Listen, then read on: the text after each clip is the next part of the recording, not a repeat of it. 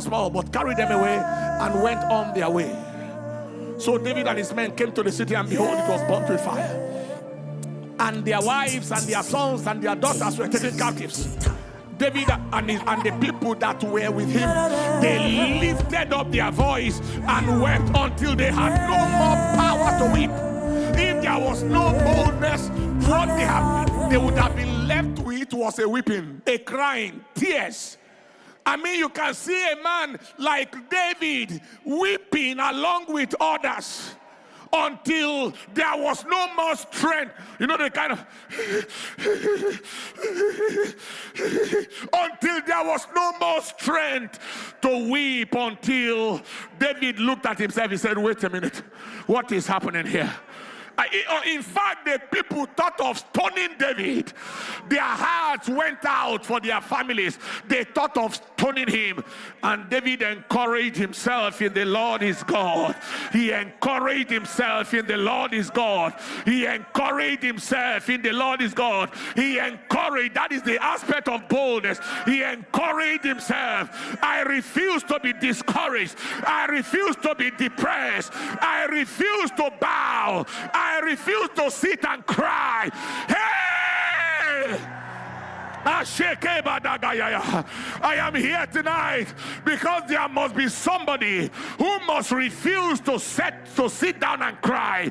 I don't know what the devil has taken from you, has stolen from you, from your family, from your church, from your ministry, from your assignment.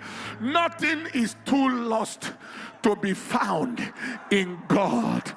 For the man that is bold, for the man who refuses to be depressed, nothing is too lost to be found, to be recovered.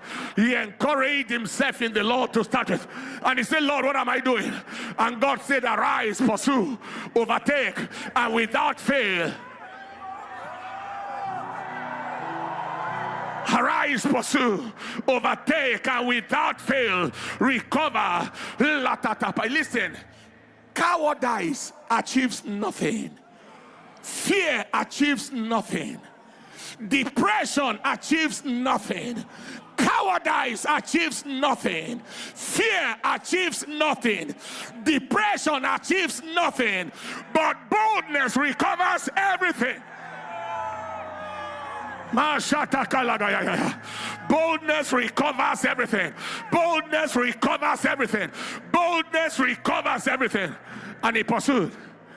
And in verse 19, the Bible said, and verse 19, and there was nothing lacking to them, neither small nor great, neither sons nor daughters, neither spoil nor anything that they had taken to them.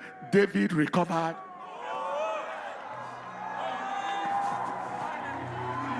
He recovered how many things? He recovered how many things? I am here to announce to somebody in the name of Jesus, you shall recover all. Very, very soon people will look at you and they say, wait a minute, I thought they said you lost this or you lost that. I thought they have written you off already. I am here to announce there is an impartation of boldness that is coming upon you right now, that is going to make you run after the devil and recover what he took from your family, what he took from your father's house, what he took from your nation, what he took from your community, and tell the devil, I am taking it back.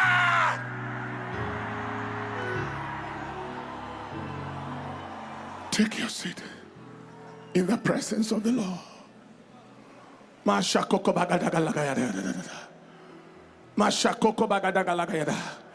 From my youth up, I'm very, very fascinated with people who are aggressive and bold at heart.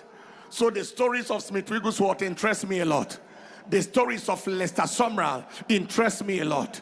Lester Sumrall was in somewhere in the Latin American countries, and he saw a voodoo, a witch doctor who was pouring like blood in the mouth of a bullfrog, and he was passing. He laid hands on this agent of the devil and cast out the devil out of this agent of the devil, and he could not perform his witchcraft arts anymore. He delivered him almost without his permission. he went and held him and cast the devil out of him. Are you hearing what I'm saying here? And in the night, as he slept in the night, suddenly his room came under some satanic vibration. Everything was vibrating. The bed was vibrating. The curtains were vibrating. Everything was vibrating. Until the curtain that is lying down like this, on the curtain left and stood straight at 90 degrees. Have you seen curtain standing? Curtain stood straight at 90 degrees. And Sumrall stood up and he said, Satan, I recognize you. I cast you out in the daytime and I have not changed my mind. Get out of here now. Everything was still vibrating. Everything was still vibrating. Everything was still vibrating. And suddenly the vibration stopped and the curtain dropped. And everywhere became calm. And suddenly he noticed that the bed he was lying on, in the course of the vibration, had shifted from the wall. The vibration shifted it away from the wall. So he ran through the window and shouted, "Devils, come back here!"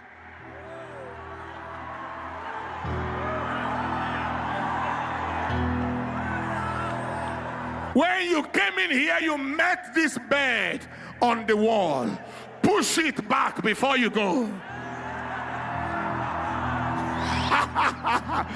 Hey! Hey! And the vibration started again until the bed was pushed back to the wall. He said, "Devils, you can now go." Tonight we are not just casting out the devil, we are asking the devil, put it back, put it back, return it back the way you met it, return it back the way you met it, return it back the way you met it. Somebody say, return it back the way you met it. Somebody shout glory.